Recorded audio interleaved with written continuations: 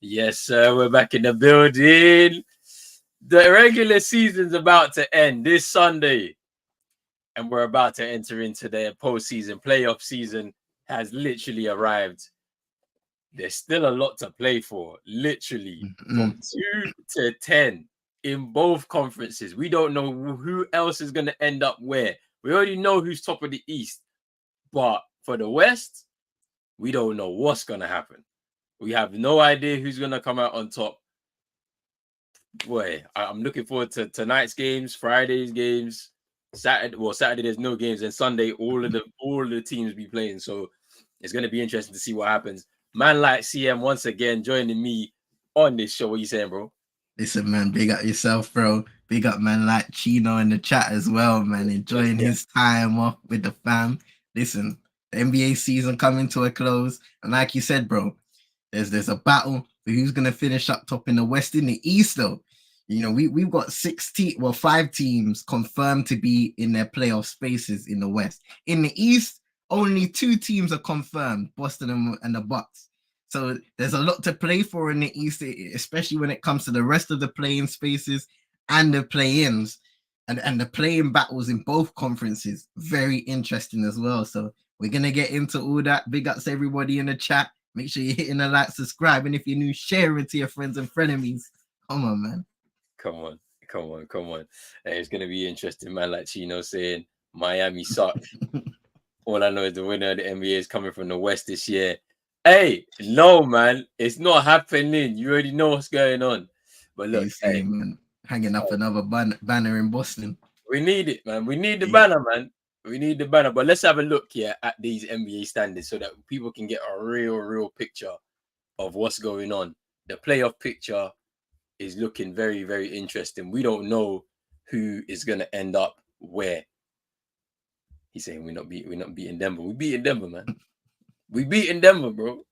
Denver, man. You see Jokic's performance last night. He's moving crazy, man. He's moving crazy. Where am I? Yeah. All right, here we are.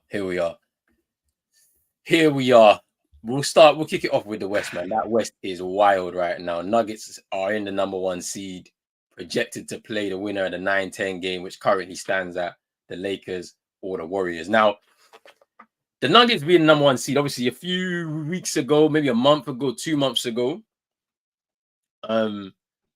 they were still coasting, still top 3, but they weren't really pushing for that number 1 seed. And they've just, over this last month and a half, I'd say, they've been pushing to try and get into that top spot. Players are hitting form at the right time. Jokic obviously doing Jokic things. Jamal Murray injured for a little bit. They suffered a bit with a little setbacks and whatnot with him not in the team. He's back again, back fit and healthy again, ready for this push for the seedings. What do you think is going to happen with regards to the Nuggets? Like, do you reckon that they're going to end up as the number 1 seed, or is there still some twists and turns to go? I think out of all the teams, I'd probably say Denver have the best chance of finishing in the top spot. They have the advantage right now with 2 games remaining because Denver have Spurs and they have the Memphis Grizzlies to play. San Antonio, it is going to be sad. Yeah, I saw somebody tweet the other day, we're going to have to wait all the way until October to see Wemby again. It is the way it is, though. They haven't been good enough this season. And Memphis as well, they've just been hit by the injury bug. And that's what hurt them, suspensions, injuries at the beginning of the season. And then as Ja Morant went out again, that's what's hit them again. With Minnesota, it's interesting, right? Because they have Atlanta and they have Phoenix. Atlanta now, they basically have a play-in spot secured. They're on a 4-game losing streak. Trae Young, I think, came back last game as well. Mm-hmm. So not really expecting much out of them. Phoenix are ending the season relatively strong. Their situation has always been weird, but I think, they won 4 of their last 6, snapped a 2-game losing streak against the Clippers. And they are also battling with the New Orleans Pelicans to secure that final playoff spot, that playoff berth in 6th place, because the Pelicans themselves, they're on a 4-game losing streak. They won their last 2. So that kind of losing streak opened up that opportunity for Phoenix to say, maybe we can make a final push to end this season and finish in the playoffs and get that extra rest for the other playing teams to get into that situation. Carl Anthony Towns may be back for the final couple of games. I saw something the other day. So that could be a boost for them. Obviously, we're seeing a lot of different returns all over the NBA right now. OKC have the difficult schedule. They have the Bucks and the Mavs. See, the Mavs are playing out of their mind right now. Won 9 of their last 10. They're playing different. Kyrie, Luka, that backcourt is really clicking now. On top of all of the other pieces that they have around him, like your Daniel, like it's crazy, isn't it? Daniel Gaffords and so forth. Tim Hardaway Jr. knocking down his shots. Everything's starting to click for the Mavs on both ends of the floor. And for the Bucks, they've had a strange season, right? So they lost 4 straight before snapping a run against Boston and Orlando. But overall, they're 17-17 under Doc Rivers. They haven't really been able to find consistency at all since him taking over, as the rating suggests. So you don't know what you're going to get from them from time to time, Milwaukee. And for us, the reason why I feel like our chances of finishing in the top were kind of squandered was the 3-game losing streak we had when Embiid came back against Philadelphia. We lost to Boston, and then we lost to the Pacers. Yeah. So I feel like that's our chances for finishing in the first seed kind of out of the way. Keep in mind, Shai Gilgeous-Alexander had some games out. Lou Dort's out, right? Spent the last game out, I think, with rest or whatsoever. So we've kind of been resting a few guys are injured, probably preparing for that postseason run and seeing what we can do once we get there. So I think that's our chances. But I would say right now, Denver are the team that are going to finish the first seed again. You know what's funny about this, right? Like, I can't lie. If we're talking about across the stretch of the season, I think the Timberwolves have been the best team, in my opinion, just from the games I've been watching. Like, I feel like they're the most balanced on offense and they're most balanced on defense in the regular season on the West this year. Now, how that's going to translate in the playoffs, I don't know. I don't know how that's going to, for them. I don't know, because they're not a young team either, mind you. Yeah. They're not. Like, it's made to look like that because of Anthony Edwards being basically their star. But this team, they're actually in win now mode right now. Like, you can't be bringing in, because Carl Anthony Towns, I think this is year 8 for him. He's not a young guy. Year 7, year 8 for him. He's been here since what, 15, 16, maybe? You know what I mean? 15, like, I think. Yeah. This is not like he's just year 8 for him right now. You've got Rudy Gobert, you know, what's it? Yeah. 3-time defensive player of the year. Like, come on, like, he's there. Then you've got Mike Conley, he's a vet, you know what I'm saying? Yeah. Like, they've got some players in there, you know, that this is not no young team. They've got to push for this right now. There's been a lot of buzz around their team trying to sell it to the ex-baseball player Rodriguez. Yeah. You know, the owner has decided to now take the team off the market because he's seeing how it's sparking up again. They're looking like how they was back in the old KG days. Like, and then you've got a superstar in Anthony Edwards leading the charge. Like, they're at that point where I'm not saying they're going to do much in the West, but they have to do something or do better than they have done in the previous 10 years, 15 years, to be honest with you. Yeah. So, but me personally, I think if the Denver Nuggets, they've been a bit like hit and miss this year based off of the like, they started off with the hangover from winning the championship.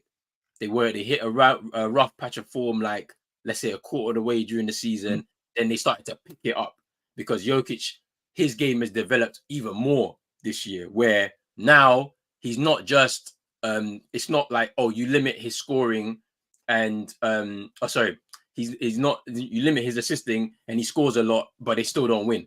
He can do it all now, and he's just the most well-rounded basketball player in the game. Like, and you could even argue a case for potentially ever, right? He's so well-rounded now to the point where everybody else around him may not have a great game. He'll carry the team if he needs to. Do you know what I mean? Jamal Murray will be out. He'll carry the team if he needs to. Like, he doesn't need a second, third, fourth guy to help him out, like, type of thing. So I think the Timberwolves, for me though, should potentially end up at that number 1 seed. I know it's like, you know, you have to look at strength of schedule and whatnot going into these final 2 games, but I just have that feeling that the Timberwolves, based on their season already, could pip the Nuggets to the number 1 seed. Even though, like, I gotta shout out your OKC Thunder, man. Like, it's an amazing season. When you look at it, it's very surprising, like, to make the leap that they have. I kind of liken it a bit to the Memphis Grizzlies a little bit. You saw what happened in you know, the early Jar days. They did it. They had near enough losing record. Then they started to climb. Year 3, they made a leap, second in the West. Like, you know, this is kind of similar-ish timeline essentially with OKC. And the fact that the team is very young as well in terms of average age. So, like, there's still another ceiling and there's more to go. Plus, everything you've got in the locker in terms of picks. You know what I'm saying? And there's the potential to really transform this team again if needs be. So, yeah, great season. I think Jalen Williams had a quote, right, where they were speaking about Chet's chances of winning Rookie of the Year. And I don't think he's a Rookie of the Year. I think Wemby's got that. But he was saying, if there was a case to say it, well, we were 500 last year. This year, we've jumped to currently 55 and 25, which is a vast improvement upon last season. We're comfortably in that 3rd seed in the playoff spots. So there's your argument. And we've improved on both ends of the floor because of him. He's been a part of that. Yeah. So it's just been a dream season, man. It's an interesting one, that one, yeah, because when we're looking at Rookie of the Year, we're saying, oh, like, do we regularly look at a Rookie of the Year and say, how do they impact winning? Because usually they're going to a team that's a lottery pick who had a really very poor season the year before. Like, that's the way I look at it, bro, because here's the thing, for as long as I've been watching the NBA, it's always been about individual production more so than team success when it comes to Rookie of the Year, because I don't think for the most part rookies are expected to go into winning scenarios, especially with this era where teams are tanking for lottery picks. Like, you're not expected to go in and miraculously transform the shape of a franchise, whereas Chet, he's kind of come into a really good situation where piece by piece the team has been built in a way where we've kind of been able to improve. Even this, by any standards, I don't think people would have expected. But either way, there was expected to be an improvement upon last season. So he's kind of come into a situation where just adding that one piece can do so much for that team. And we've seen that with Chet. And I think maybe is it unfair that success is not exactly as much as a factor when it comes to that award? But again, I just feel like when you weigh up most top picks and their situations, I feel like it takes a lot for somebody to say team success is either a hindrance or an advantage when it comes to Rookie of the Year. Yeah, like, because I mean, I can't lie, Wemby has to get that Rookie of the Year based on what the stuff we've been seeing him do. And then we spoke about, could he be a potential future defensive player of the year? But when you look at how the average blocks per game, 7, like, when we're looking at the criteria of what's happened over the last 3 years of the winners of the defensive player of the year, that also gets factored in, you know. So you just never know what could happen in regards to that choice. Look, he's such an anomaly, and you know, again, we speak about team success. I think that may be a massive factor this time around, but because he's such an anomaly and you can see the things he does on an individual basis, you know, his speed of recovery, just the shot blocking prowess with his length, his wingspan, all of that stuff, his athleticism is crazy. And the most important, more impressive thing is his offensive improvements, shooting from the 3-point line, his work inside the paint, finding his spots.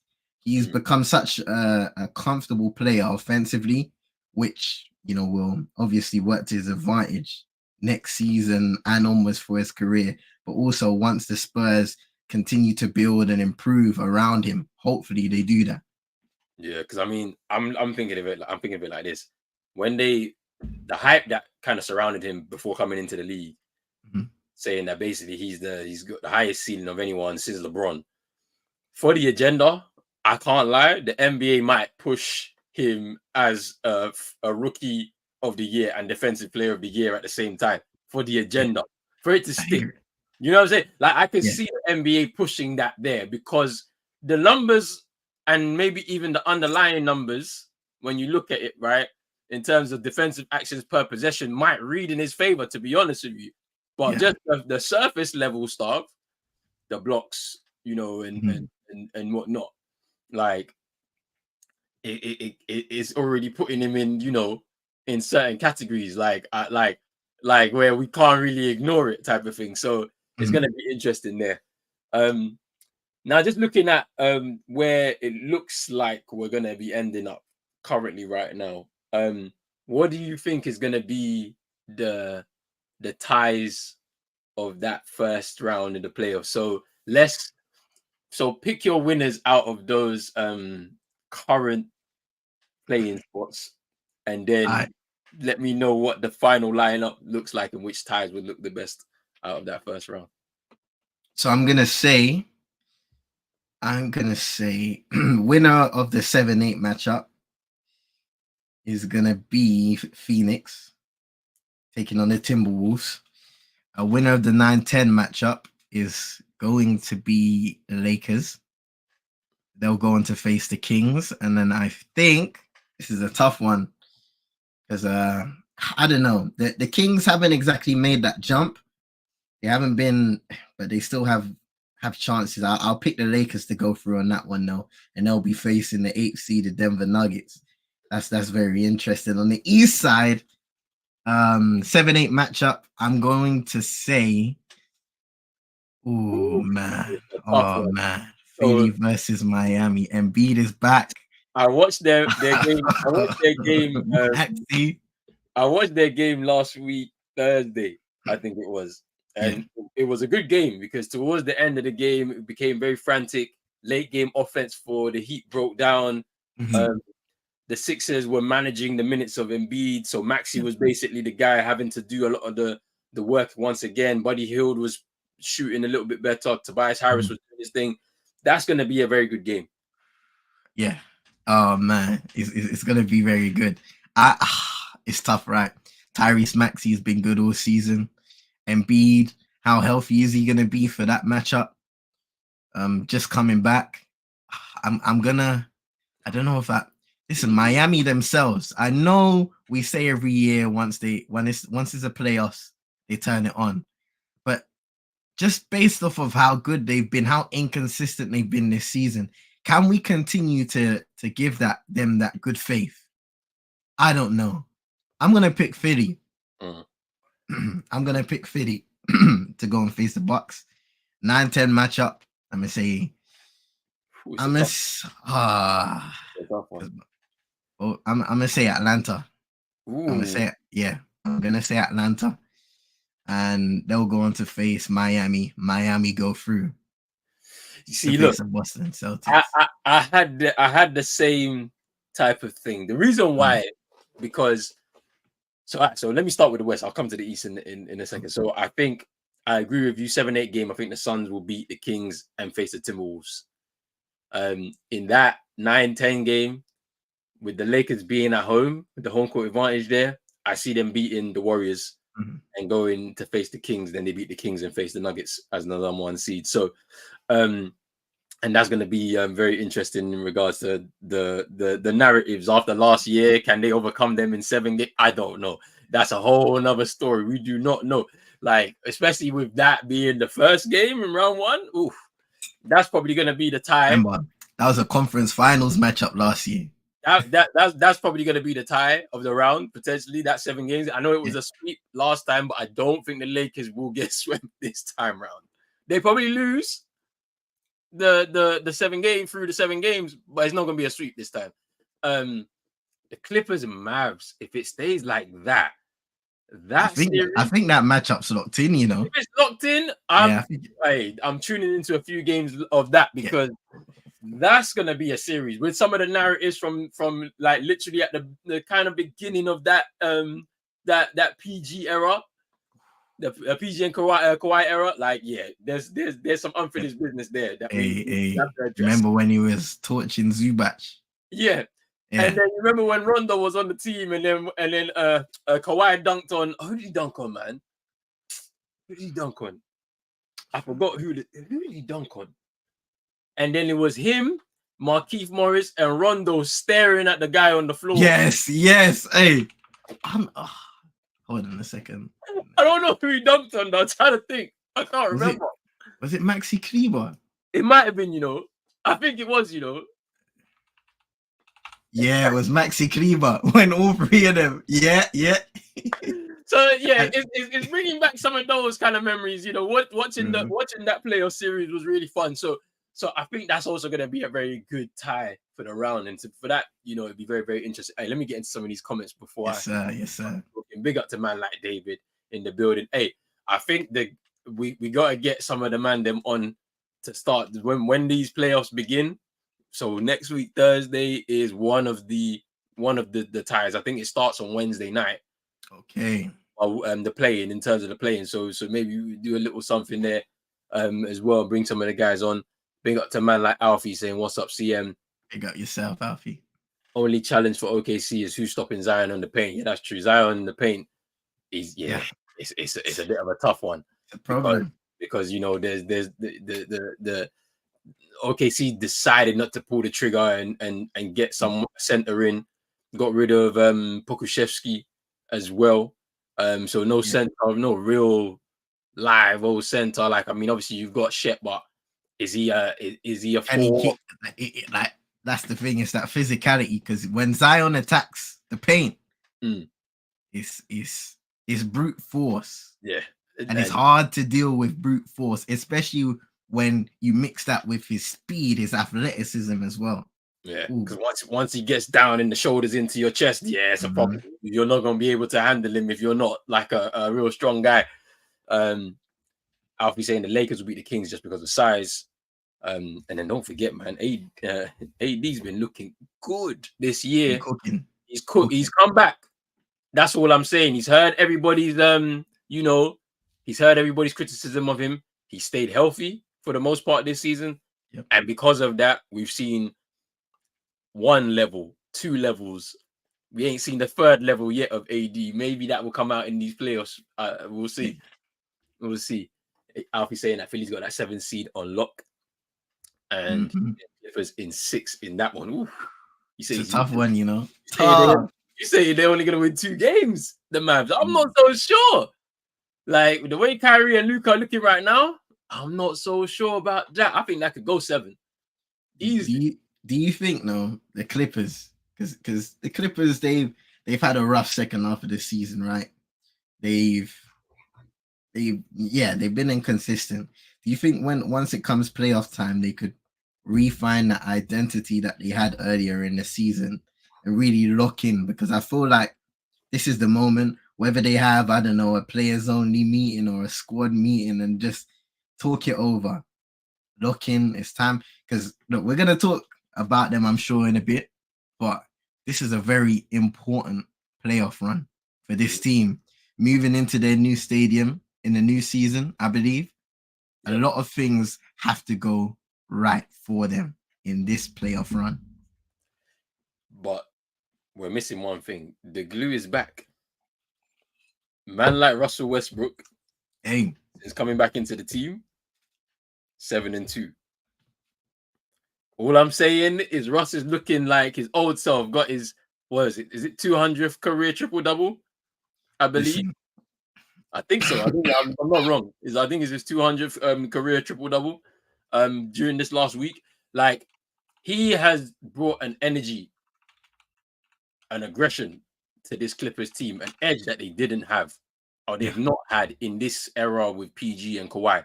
No matter how good those players have been, and at the same time, they've also not been on the court a lot together as well because of the injuries to either of them. He was the one last season when he came in after the buyout of his contract, Yeah. the Utah Jazz, and he moved to the Clippers. He was the one that was basically leading the charge in the playoffs. That game one against the Suns in the first round, where he Gets put the on defensive stop the at the defensive very stop end. at the end of the game. You know, his one-on-one defending against KD KD struggled to get to his spot whenever Russ was on the court. You know, and it was him and Kawhi in a tandem because PG was out that was basically going to get them to where they need to. I think it's interesting now with the Harden piece because Harden now he's in a nice position where there's not really much expected of him in this team. He can coast by, get himself I mean, in the playoffs it's a bit different. You can't just get by with 10 points, 10 assists. Like you do that. You gotta score. But he can coast by and then put in the types of performances that we saw him do for Philly last year in the playoffs. It didn't amount to much, but he could do that in this team. And at the same time, you know, you've got Kawhi and PG, they're gonna cook because they can. So it's like it's a very interesting one. We're gonna speak about, you know, the teams that there's a lot of pressure on them, but yeah, it's a pretty interesting situation. So, but yeah, let's go to the East. For me, I think the Sixers got the heat. So the Sixers will go and play the Bucks round one. Heat drop into that 9-10 loser game. I think because the Bulls are at home, the Bulls will beat the Hawks. I know Trae Young is coming back. The Bulls have been pretty good, to be honest with you. At home this season, they've got some real statement wins at home this season, beating the Warriors, and you know they've had their moments and stuff. So you know, so it'll be the Heat versus the Bulls. The Heat will beat the Bulls, and they'll face Boston. I agree with you, Boston round one. I want that matchup round one. I've said this already because I want to avenge what happened last year. Like what happened last year, I need that to happen. I need to avenge it in round one. Just get rid of the demon, get them out the door, and that would be a massive statement. That's all I'm saying. You do it in round one and it's out the way. Now you don't underestimate anybody from this point onwards. You just go for it. Like run through the East, and then whoever we faced out west is whoever we faced out west. We just worry about it when we get there. That's how I'm looking for. But we'll see. We'll see. Then now, when we're looking at those potential matchups, Celtics Heat obviously is going to be one if it gets to that point.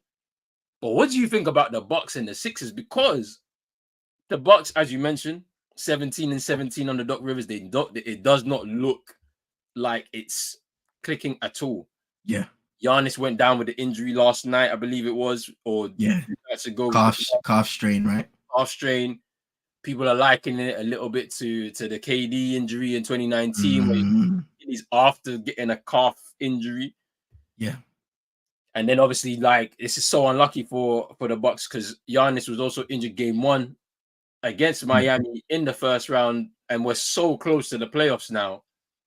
What's going to happen there? What do you reckon would happen in the series between the Bucks and the Sixers with the Joel Embiid coming back and everything going on there?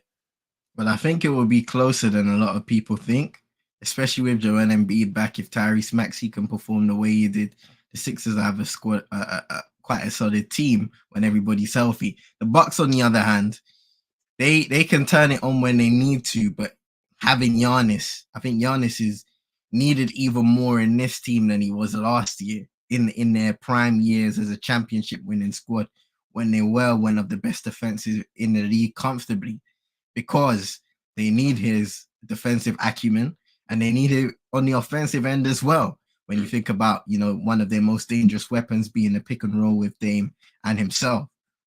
Chris Middleton can't exactly be the guy to be relied upon as much as he was, especially in the times where Giannis was out injured, especially in that championship winning year.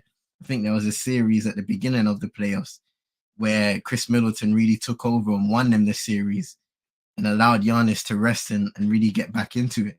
So there's a lot of questions that are going to be asked of this Bucks team.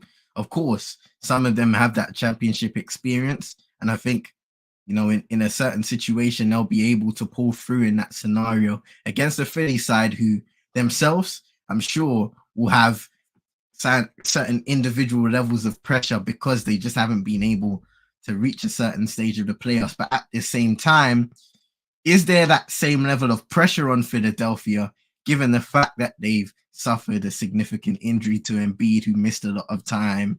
Tyrese Maxey's kind of come into the fold, and this is really the first season where he's been given the reins to explode in that primary ball handler role. I don't think there's going to be as much pressure on Philadelphia to produce as there is on the Bucks, who, for all of what we've said about them, they're the second seed in the East, and they still should be seen as championship contenders because they are one of the best teams in the Eastern Conference, and they should be treated as such. So it's going to be such a tough series when you kind of factor in those contrasting situations. I mean, Alfie's saying Philly and Bucks are going to Game 7, and it will come down to Nurse or Doc Rivers who will make the winning adjustments. Which, yeah, trust Nick Nurse. I can't lie. I trust Nick Nurse. I won't lie to you. Like but yeah, we have to wait and see. I mean, it's going to be interesting, and we're going to talk about the Bucks as well, specifically on the East in regards to pressure in terms of this, because there's a lot of teams under pressure to win this championship. And the fact that the matter is that it's so cruel that we're getting some round one matchups, which will mean one of those teams will have another year where they didn't win it. So It's going to be interesting. I mean, I want to shout out the Magic and the Pacers. Such good years for both of these teams to be able to push themselves into the playoff picture and solidify themselves for round one games. They're not even going to potentially be play-in teams. Like, obviously, that's still yet to be confirmed because there's still a little bit there. I mean, if they both win their next games, they definitely will be untouchable, essentially, right? So, it's been a really good job by both of those teams. I did look at the Pacers and I said they probably do make the playoffs this year, just based on some of the moves they made, the rise of Tyrese Halliburton.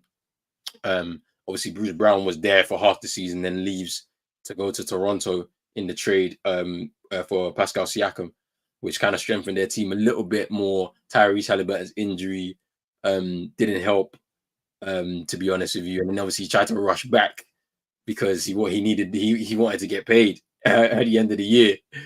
I don't know if he's going to get that Supermax deal, but yeah, we'll see how that goes for him. And then obviously in a series against the Knicks, who now we know there's no Julius Randle. He's out for the season-ending injury. OG Anunoby's coming back, but we don't know if he's going to, or he's back, but we don't know how he's going to go through those motions to be able to solidify himself in that starting lineup. But at the same time, Josh Hart and Dante DiVincenzo, they've both stepped up in a massive way to help their team, but they've been playing a lot of minutes. Are they going to be in a situation when it's to the playoffs with the way the Pacers, and no pun intended, they play with a lot of pace, right? Like, how does that series look in a round one? Because if Tyrese Halliburton goes back to what he was early season with a Pascal Siakam who has championship pedigree, like, what can happen with that team potentially, like, or that series potentially with the Knicks, for example? I think that's an interesting series because you look at the Knicks and you can say, I feel like they could survive that round one matchup based off of who they are as a defensive outfit compared to this Pacer team who are going to be looking to outscore you. Do they have the ability to switch on as a defensive team on a consistent enough basis to stop the likes of Jalen Brunson, the guys that you mentioned, especially the shooting of Dante DiVincenzo, Josh Hart, OG Anunoby as well can knock down the shot and he can score if needed. So even though Julius Randle is down, the Knicks do have pieces that can step up in his absence. And some would argue potentially that they could be a more fluid team offensively without Julius Randle, especially with the positions that he picks up, liking that mid-range area, a lot of elbow jumpers, tough shots that Julius Randle takes that don't really equate to efficient playoff basketball. So I think it will be a difficult one, especially if they have the likes of Halliburton back to his best, which is a big if, but we'll have to see there once they make it. But yeah, I feel like the Knicks could go through and handle business in that round one matchup. Alfie's saying that the Pacers need Miles Turner to show up big. If not, Brunson's averaging 30+ points in that series regardless, which is true because I'm looking at Miles Turner and I'm saying to myself, he's not the strongest center that you know. I mean, he was getting bullied by a 40-year-old LeBron in the in-season tournament final. If you remember, they were bullying him and AD basically as a tandem were bullying Miles Turner. And it's like, I looked at that and I'm saying to myself, he's supposed to be the guy anchoring that defense. That defense does not look secure at the best of times, especially early season when they were giving up so many points. Like, thinking that they could outscore everyone. And it was just like, yeah, it's great basketball, like to watch, you know, like, oh, it's great. They're putting up numbers, you know, they're shooting from everywhere. They push the ball up the court very quickly. But then on the other end, they're not playing no defense. There's no desire by their team to be able to do that. And so, yeah, I do. I mean, we're talking about, I forgot about everybody except for Jalen Brunson. Even though I don't need to mention his name, everyone knows who he is. Like, we saw him in the playoffs last year. He was immense in that series against Miami. The fact that he wasn't able to get them over the line was just, you know, a step too far. Miami were just too strong for them. Yeah. And they were on the high of, you know, beating the Bucks in round one. So they kind of felt basically untouchable, Miami. So then we saw Julius Randle and RJ Barrett not stepping up in those moments that he needed his teammates to back him up. And unfortunately, they fell by the sword in that round two. I reckon that the Knicks will take the series. Yeah. It just depends on how they do it, essentially. Are they gonna sweep them? Are they gonna do it in 5, 6? Potentially could it go to 7? We don't know. Because we don't know what the Pacers are gonna do on the defensive end, to be honest with you. You look at the Pacers, second best offensive rating, 24th best defensive rating. The Knicks are in the top 10 for both categories. It tells you a lot, to be honest with you, when you look at those numbers. But yeah, it's going to be interesting. And I think that last bit there with the last game or matchup potentially there with the Cavs and the Magic should be an interesting one. Cavs have a lot to prove after last year's really poor round one, where I was thinking, okay, it's the lights are too bright. The lights are too bright. Jared Allen saying that after that series, a round one series loss against the Knicks last time out. But he's had some season, Jared Allen. No, he definitely has. He's had to step up because of Evan Mobley's, you know, absence early in the season, quite some time. And then, like, they've fared very well, to be honest with you, over the last 3 months or so of the season, because, you know, when Donovan Mitchell went down with the injury, you know, people like Garland had to step up. Caris LeVert had to step up and gave themselves a really good chance of potentially breaching that number 2 seed in the East. But they may fall short just now because of, you know, they've just had a little bit of a bad run towards the end of the season. Yes.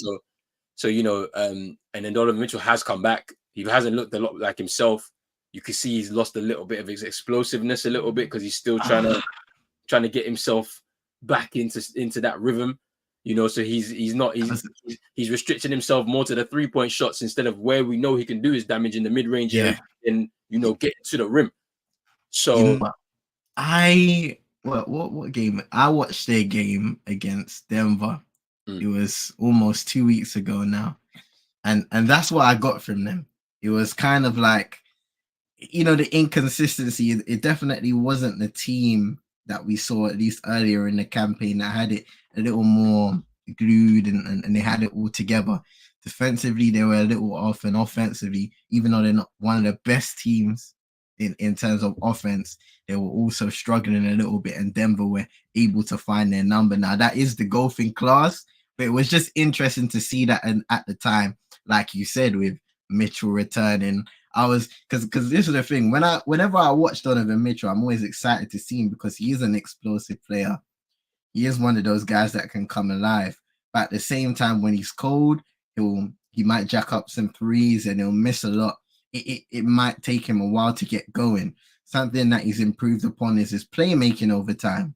But it's that dynamic between him and Garland that a lot of people keep on speaking about. I think they can thrive together. It's part of the reason why they did get rid of what's his name again? The guy in Utah now. Sexton. Colin Sexton. The reason why they got rid of him is because they wanted to make way and say, yes, this is going to be our starting backcourt.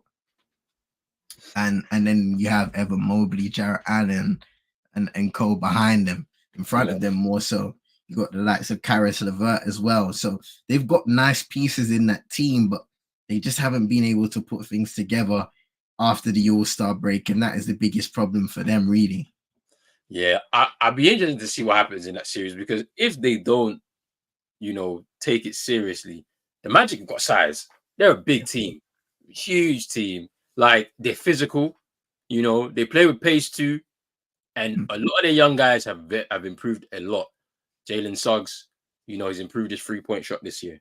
Obviously, you got Paolo Banchero, who rookie, he was rookie of the year last year. Yeah, he wasn't. Rookie of the year last year has had a very good season this year. It's under the radar because of the fact that the Magic don't get a lot of coverage. And then you look at Jonathan Isaac, after coming back from the issues that he had out of in terms of injury and all of these different types of stuff. He had some issues in the media regarding the COVID vaccine and all that type of stuff. Come back and potentially put himself forward for a case of Defensive Player of the Year. Will he get it over somebody like what we spoke about earlier with Wemby? I'm not so sure, but he's had. I like how they're managing his minutes now. Yeah, like he's had a really good year. Cole Anthony coming off the bench and contributing into that team, like, and then obviously the Wagner brothers too. Like, both of them have done really well for the Magic this season. So, like, I don't know. It's not a foregone conclusion in that 4-5 game. If the Magic, are aggressive, they could steal it, and it could be another year. Especially if Donovan Mitchell is, not at his best, it could be another year where they go home first round to a Magic team who, what I'm saying? Yeah, I mean, they need a point guard. They need, something's gonna move for the Spurs. Something will move. I could see that happening. Like, somebody's gonna be joining Wemby next year for sure. But I wouldn't rule it out either. Because it's all about who's got the cap space, and will Donovan Mitchell want to, decide to make that choice to be a part of a generational players team, and potentially push forward the timeline for them to be competing. Who knows? Yeah. Who knows? But it's an interesting one. We'll keep an eye on that one. Right. Let's move on now. Pressure. There are a number of teams here that are under pressure to win the championship this year. But a question I have to ask is, which team out of all of these ones in the current, or which teams out of all of these teams in the current playoff positions are under the most pressure to win the chip this season? All right. I have 3 teams, 1 Western Conference, 2 Eastern Conference. The Western Conference team is the Los Angeles Clippers. When you look at their side, Paul George, Kawhi, they've been together since the 1920 season. So that is about 5 or so years now. They've been together as a core star collective. Paul George's contract expires this season. He has a player option for 24-25, but we don't know whether he's going to take that up as of yet. Maybe he explores the market. Who knows? Kawhi's locked down for the foreseeable. James Harden's contract expires this season as well. So that's 2 of your 3 key guys that you could potentially be losing this summer if things don't go your way. Big decisions have to be made. Kawhi, obviously, he's had injuries in the postseason. Same with PG. He's had small injuries here and there. Kawhi had that massive ACL injury in between that little tenure that kept him out for the season. But for the most part, they're here, they're available, and they're ready to go. So it's a big season for them to produce. Definitely based on, the age of their stars, them moving into a new stadium and trying to establish their identity in that community. I feel like that is a very big thing when you think about it. Moving into a new surrounding, you want to establish the arena, establish the community, and just do big things and move into that stadium knowing that you've got a successful team ready to dominate for at least the next year or two. Yeah. The next team that I've got, for different reasons, is the Boston Celtics. Mm-hmm. 2 straight conference finals appearances, 4 in the Jason Tatum era. Now, I feel like there's pressure on them for 2 reasons. Number one, outside noise. The outside noise will always be around the Boston Celtics because of the level of success they have had on a consistent basis since Jason Tatum has been drafted, since we moved away from the Isaiah Thomas era. Like I said, 4 conference finals appearances, an NBA finals appearance in 2022, lost to Golden State. That was the closest they got to a championship. And with the way their team looks now, when you look at how dominant they are on both ends of the floor, looking down Drew Holiday, a nice little contract there, nice little payment, locking him down, I think 4 years, just above 30 odd mil. So that's a nice little lockdown contract. You got Tatum, you got Brown, you got Porzingis, Drew Holiday, of course. Nice pieces off the bench as well. Peyton Pritchard and co. Derek White. This is such a great, well-rounded team that is ready to win. And Boston have had some great rosters over the years of their successes, but this is the best yet. And for them, you could possibly say, 62 wins and counting. This is their best opportunity to get out of the East when the rest of the teams behind them are not even close to who they are as a team, at least in the regular season. So I feel like they have to produce. They have to at least get to the NBA Finals, and that's what I'm expecting out of them. The final team I've got are the Milwaukee Bucks. 2nd seed in the East. Since getting rid of Adrian Griffin, you got Doc. He's gone 17-17 since taking over. Now, I liken Adrian Griffin's situation to Ime Udoka in his first season and only season with the Boston Celtics. And Adrian Griffin is actually better off. So I kind of wrote this stuff down, right? Ime Udoka, he lost 6 of his first 10, 11 of his first 20, was 34-25 before the All-Star break, only lost 5 games after the All-Star break when he was given time to employ his coaching methods, his teachings, and the trust was built within the team. Adrian Griffin was 30-13 before his departure. He should have been given the time to implement his coaching methods. The biggest issue was his headbutting, I guess, with the previous methods and successes of the Bucks. They needed to change because they didn't have Drew Holiday anymore.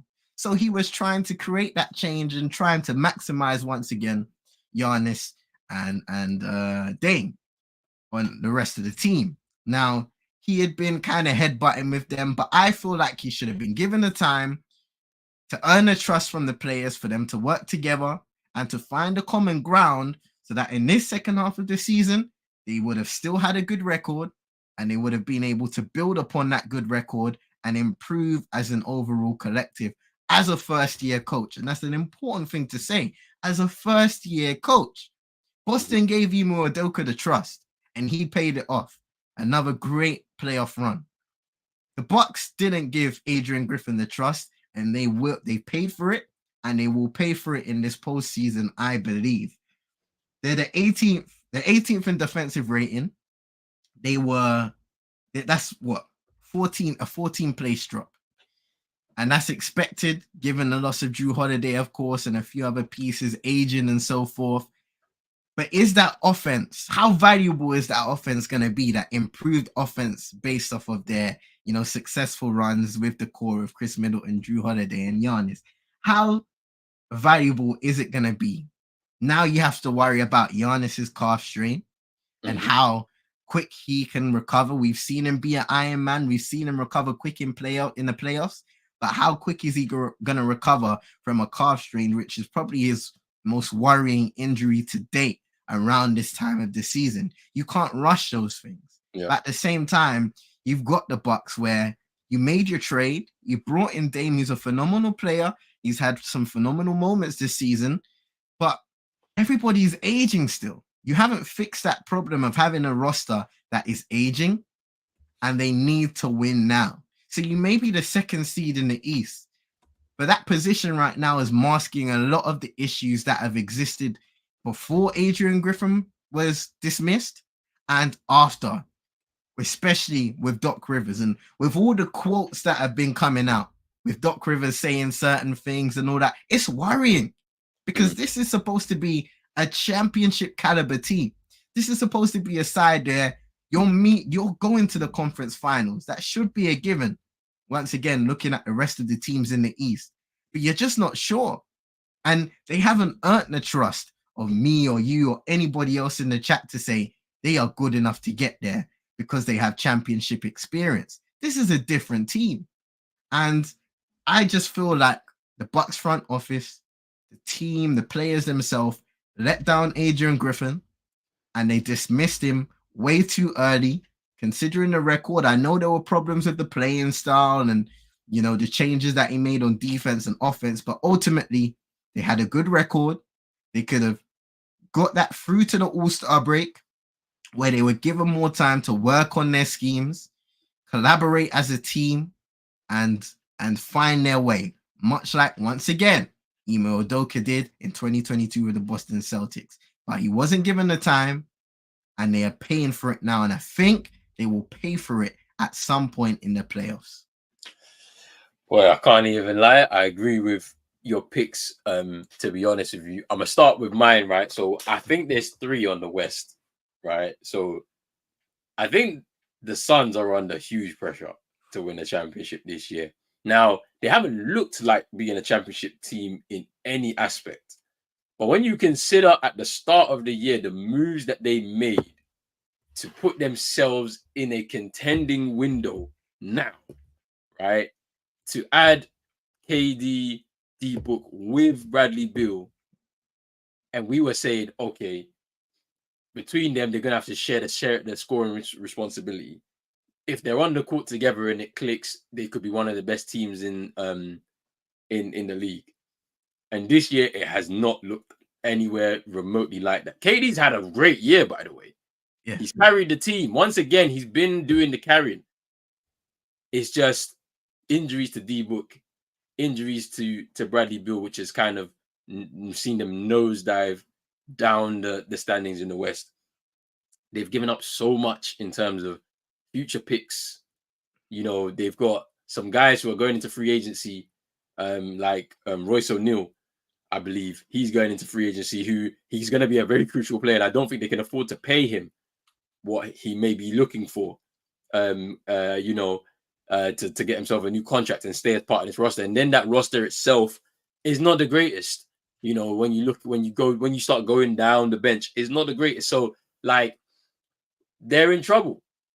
And if they don't win it this year, none of what the moves they've made so far will be justified. And I'm not even talking about the Bradley Beal thing. I'm talking about letting go of Chris Paul, bringing in KD.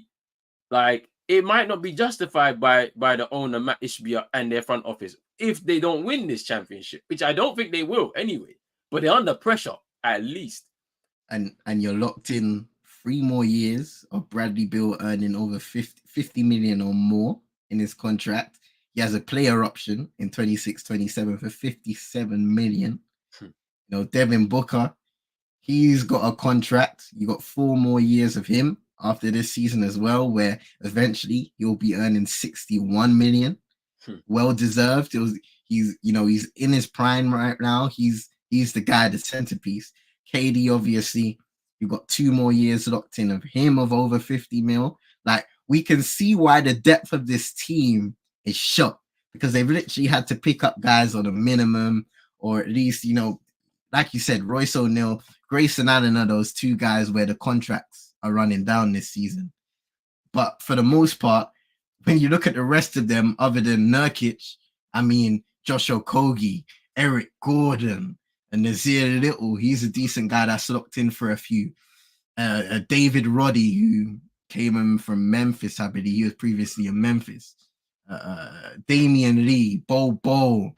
These are all guys that have been thrown in here and there, might be able to give you a few things, but it isn't like there isn't confidence in their depth. Shout out to IT as well, who got signed until the rest of the regular season. But again, there's not confidence in their depth. And we all know great teams need the guys that are embracive. They're embracing their roles to step up in certain moments, to pull you through. Do they have those guys? I don't think they do. That's the problem. Because if they did, I mean, Grayson Allen's had a pretty good second half of the season, to be honest with you. But is it enough? I don't think so, to be honest with you. It's not going to be enough to save them. The Lakers are my second one. The reason why is because, the pressure that they are under, you're always going to be under pressure when you have LeBron James in your team. He wants to win his 5th championship. They made a lot of moves over the last 3 years to try and shape this roster in a way that will have them competing, and it's just not worked out at all. Got rid of the coach, bringing in Russell Westbrook to pair him up with LeBron and AD, getting rid of their coach, getting rid of Russell Westbrook, like just continually reshaping the squad, giving contracts to Reeves and Hachimura, who haven't had that much of an impact as they had last year. Maybe they lost the hunger. Now they've been paid. Like it's they've been a bit unlucky with injuries to Gabe Vincent, who's come in. Obviously, he's a very solid performer. He's been a solid performer in the playoffs. He's come back though, so that might help. They've lost out on Vanderbilt and the injury to him, which has kind of caused their defense to fall off the cliff. But they're under pressure to win a championship because it's the Lakers. They bring in a lot of money for the NBA. Like, the famous David Stern quote: my ideal NBA final is the Lakers versus the Lakers. Like, they're big time, they're showtime. Like if they're not anywhere near that conversation of conference finals, NBA finals, then people are, the viewership was a bit down last year with the NBA finals. The Denver Nuggets versus the Heat weren't the most enticing finals for people, but for those that like to watch basketball, it's all different. But I think they're under pressure, especially after the season that AD's had. LeBron James just looking like another anomaly type year again for LeBron James, doing what he's doing on the court. D'Lo stepped up massively, I think, as being basically the 3rd player on this team. And I think that he's got a lot to live up to after last year's disappointing playoff run, especially in that conference finals. He just went missing completely. AD is definitely bounced back after an injury-riddled season last year. And he's going to have to be the main man to get them to where they want to get to, unfortunately. He's not going to be LeBron James. LeBron James was on 1 foot last year and dragged them to conference finals, which they got swept in by the better team, and there's no argument there. But I think they're under a lot of pressure, the Lakers. And then obviously the Clippers. I agree with you on that one, bro, because you cannot build the roster that you have built with 4 future Hall of Famers, 4 perennial All-Stars, and not win a championship. You cannot have a roster with those 4 in there, because they've been able to turn it. They had a good little stretch in the middle of the season where they turned their season around. Then they fell off a cliff a little bit, talking about we've lost our identity and all of this type of stuff, and then now they're right back where they need to be. And they're heading into a crucial period now where I'm looking at them, and we've mentioned this already. You know, Kawhi Leonard took a little bit less money to be able to sign on, moving into a new stadium. So a new era, they need to have their statements players in there. Paul George will still be deciding where he wants to go. It's going to be interesting. I think he resigns. I don't think he's going to leave.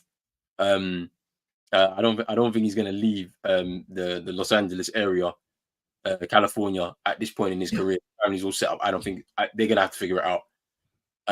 I wonder what's going to happen. I think James Harden's tenure at the Clippers is dependent on what he does in this playoff run. To be honest with you, he's at that point in his career now where his performances, after some of the antics he's pulled in terms of trying to force moves out of organization the last like 4 years, he's now in this position where he has to really perform. And it's not even about regular season. It's about what he does in the postseason, which is going to be so crucial to what he looks like, where he's going to end up in his career next. Because if it doesn't go well for him, I don't think that the Clippers are going to invest any sort of money near where he wants for him to stay there as part of the team. But at this point of James Harden's career, does he have to kind of change his mentality in terms of the money that he wants? Because he's not the star he once was in Houston. Even in Brooklyn, the way he was thought about as a player, I don't think teams think about James Harden in that way anymore. He's basically a third option here for the Clippers. He is virtually a playmaker, a high-level playmaker for this team.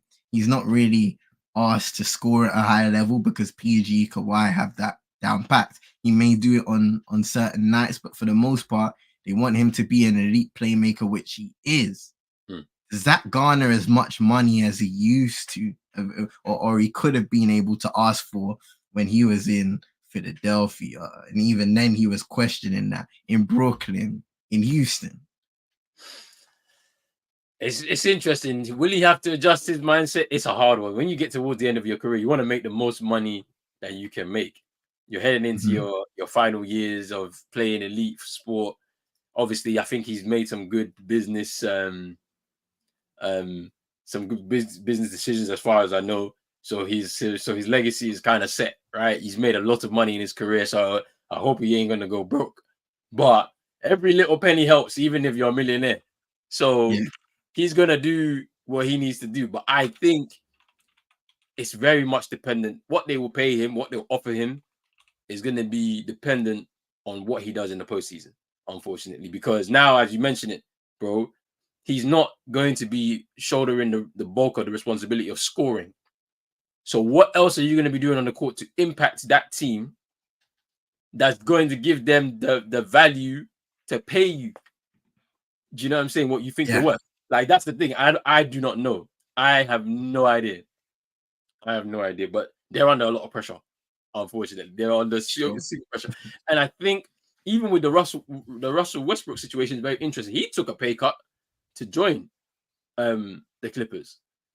He's performed very well this season, and that creates another problem, right? Because they're going to be like, well, we don't want Russ to walk, so we got to pay him if we want to keep him. He's been a crucial player in our team.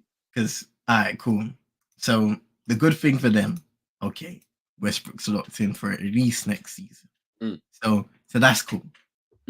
But you know, you kind of got to start working around the roster now because you've got Mason Plumlee, who's only guaranteed for this postseason. Terrence Mann is an interesting guy, right? Because I would have expected much more of a jump from him at this point of time. I remember we were looking at him and Tyrese Maxey almost as equals. And then Tyrese Maxey kind of went there. Terrence Mann has kind of stayed around here.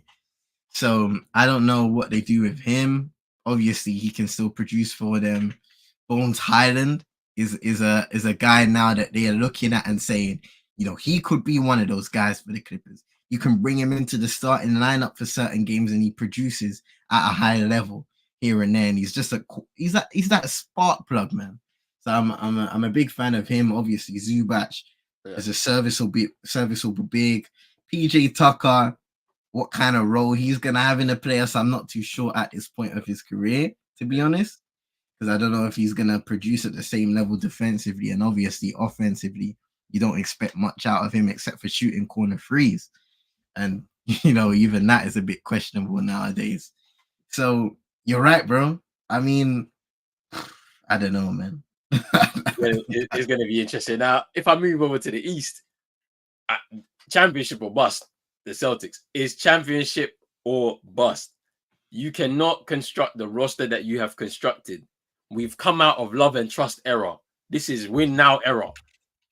None of this nonsense can happen now. We can't be doing that. Like, I know that the outside noise, it's a very, very good point, bro. Mm-hmm. Honestly, it's a very good point because a lot of people have been speaking about this Boston Celtics team and saying from the jump, before we had the first tip-off, that because of the moves that they made in the offseason, they are the ones that we'll look at as under pressure to win the championship. They have no excuses, especially after what they've been able to achieve over, like you said, the last 4 years. Now, can they do it? I have every belief that they can. How does it work? I don't know. The reason why is because late game offense. How is this going? How is this going? Like, is it gonna go to JT? And where is the offense being initiated? Or are we gonna utilize the post up of Kristaps Porzingis, a Derek White situation, an elite level decision maker in those types of moments? Are we gonna remove away from ISO ball and continue to play team ball in those moments to keep the ball moving, to create the opening for the shot that we can knock down? We've shown it so many times this season. We can knock those down if there's good looks. I just wonder what the game plan looks like surrounding that. And then obviously, are we going to be leaning more into getting points in the paint when the free ball is not falling like it can do because of the way the game moves? The game moves so quickly from you're hitting shots, then you'll go cold. And if you do not make that adjustment early enough, and CM, you've been talking about this for a year plus. You've been saying this for a year plus.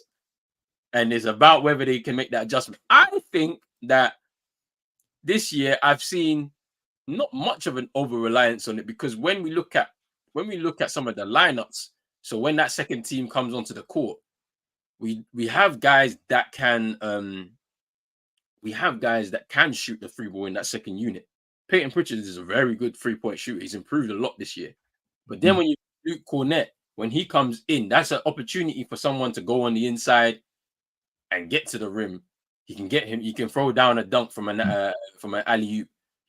He can buy himself a foul because he's just so tall and he's very awkward and stuff like that. So it's interesting how the game changes a little bit with that second unit on the court. I like the fact that we haven't utilized Al Horford as much, so his experience is going to be so crucial in this playoff run for the Celtics too. You've got Jrue Holiday in that first unit, like Alfie saying that let Holiday run the floor. We all know what happens when JT runs the floor, but you've got Holiday in there, championship experience. That championship pedigree is going to be so crucial to this team as well. Like, I have a feeling that this year we avenge all of those demons. We wipe away all those questions, all those question marks on all of the players. Yeah. But for sure, they're under pressure. They are under pressure. Hey, shout out to Chino, innit? He's not here today, so I'm gonna stand on business for him. Now, listen, we've all had conversations, yeah. And I remember us bringing up, I think me and you kind of spoke about it, where we was like, you know what? Certain coaches, they're leaving parts of their repertoire for the postseason specifically. So I'm looking at Joe Mazzulla. I'm looking at, JT, JB lightly. And I'm saying we need to see a variation from the first round. We need to see differences. You can argue this has been the best season for the Boston Celtics in this era, in this current assigned era, with your 2 stars. Now is the time where you don't just rely off that regular season brilliance, but now you show off every single ounce of that repertoire that you have from a coaching standpoint and from a player standpoint. So I 100% agree with you, bro, where you say it is important and imperative that they show variations of their game, especially in close and tight scenarios down the stretch where there's going to need to be a bit more trust, where you have your Derek Whites now, you have your Drew Holidays, who are more than serviceable guys that can run the offense and create shots for a Porzingis, for a Jason Tatum, for a Jaylen Brown, to allow them to operate more off ball and create more of a threat for opposition defenses. And I know they're capable of it. They've done it at points this season, and I want to see it throughout this playoff run. And I think they can do it. So I'm looking forward to it. I think it's going to be interesting, man. Like the fact that, you know, you look at Porzingis and like Alfie mentions Porzingis here, whether he can show up in the playoffs, he's got a history of ghosting like he did with the Mavs. The spacing, we struggled with that last year. Like watching the games, it was tough to get the right amount of spacing so that we could create that free ball. It would, and so you could see it being funneled a lot through JT, Derek White. They were the ones taking the majority of those 3-point shots. And then, you know, JB, he's a mid-range guy. Like he's really good from the mid-range. And then like he'll take his occasional 3 in the game. Marcus Smart will chuck them up, and sometimes he'll be hot and he can just go on a run. Al Horford as well. You know, there was that game against Philly where he chucked up 7. He only got 1. Like, you know, like we with that spacing now where you've got Porzingis who he can come outside and you know he's going to hit that shot. If he's got space, if he's got a good look, he's going to hit that shot. So I'm just interested to see how that looks now with now a greater level of spacing across the floor. My last pick for pressure is the Milwaukee Bucks, bro, because I have spoken about this team and the aging squad that they have and the fact that their front office has not made the correct moves to maybe youngen the age of that squad and then try and build it so that Giannis is the key focal point and can lead them. Bringing in Dame it's been a struggle for them together as a tandem to kind of get their game going, their 2-man game going. So, but they're under pressure. You can't fire Adrian Griffin, and I like the comparison you made with Ime Udoka. Like, you can't fire him in the middle of the season when things were okay. They weren't great, but they were okay. And you give a first-year coach an opportunity to grow. I definitely agree with that. To bring in an experienced coach like Doc Rivers, who the moment he walked in the door, excuses started coming out of his mouth. And that you think that those excuses have not affected this team, you're bugging out. He definitely affected this team with the way he was speaking. Basically saying, I'm in an impossible situation. No, you're not. You've got yourself 2 superstars of the game in your team. Now, one thing I will say, he has improved them defensively. It's not the best, but he has improved them defensively. I don't know. I mean, it looks better. But I hear it.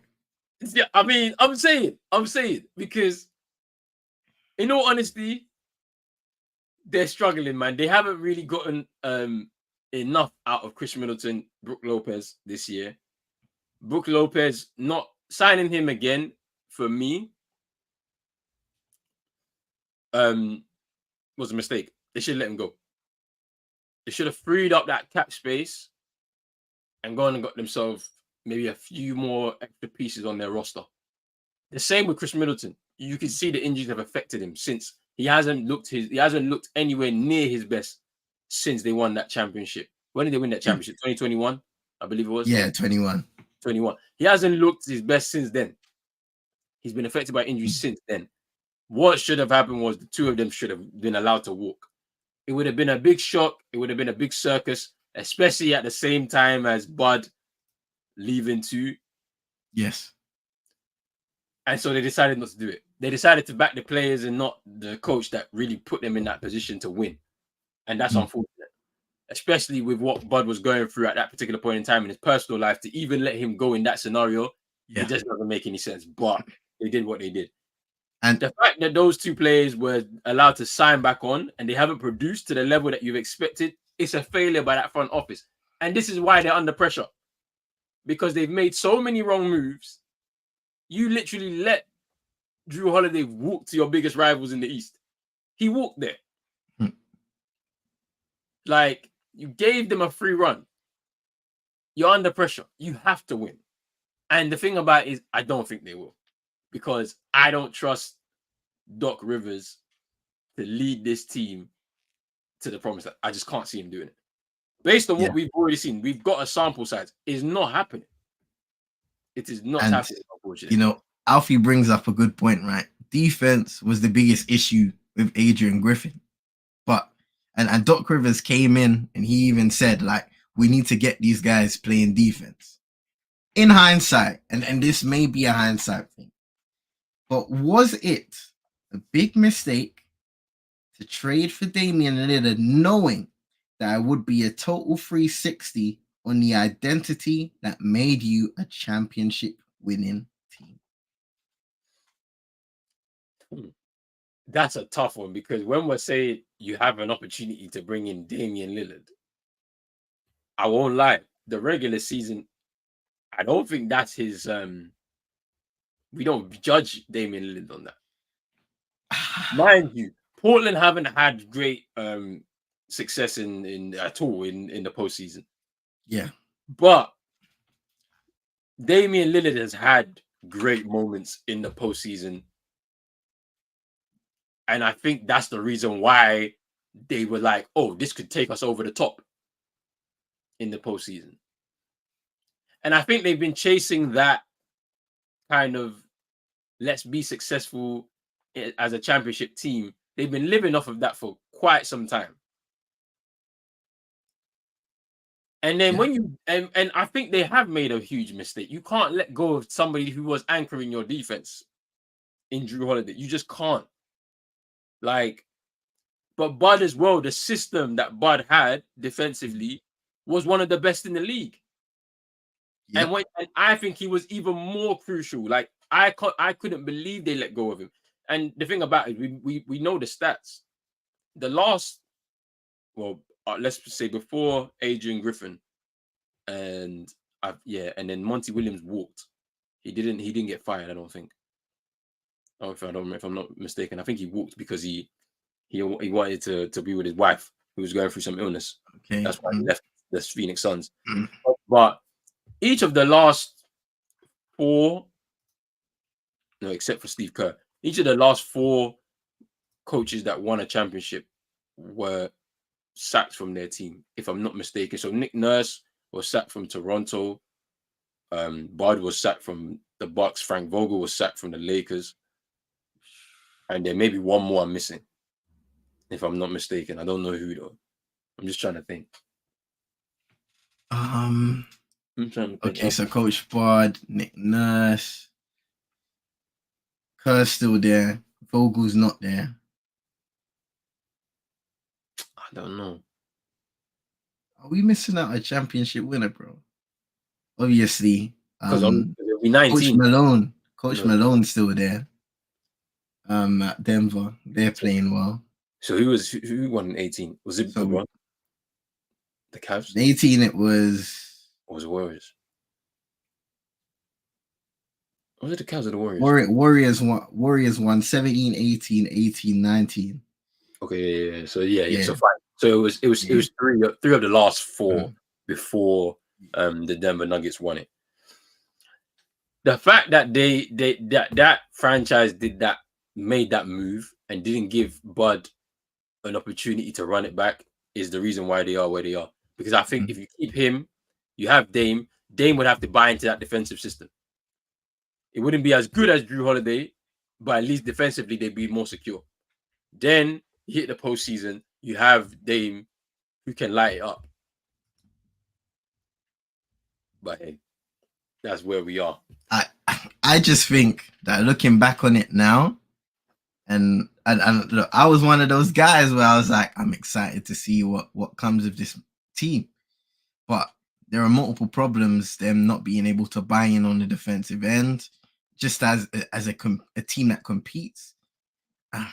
Relying on offense may not be the smartest of things, considering that, again, you've done a complete 360 to what your identity has been basically for the last 5+ years with Giannis, being a star, being a great MVP candidate, 2-time MVP, I believe he is, DPOY, all of that stuff. You've completely switched what you once were. Yep. And that was always going to be a massive gamble, considering that Chris Middleton's not the guy he once was.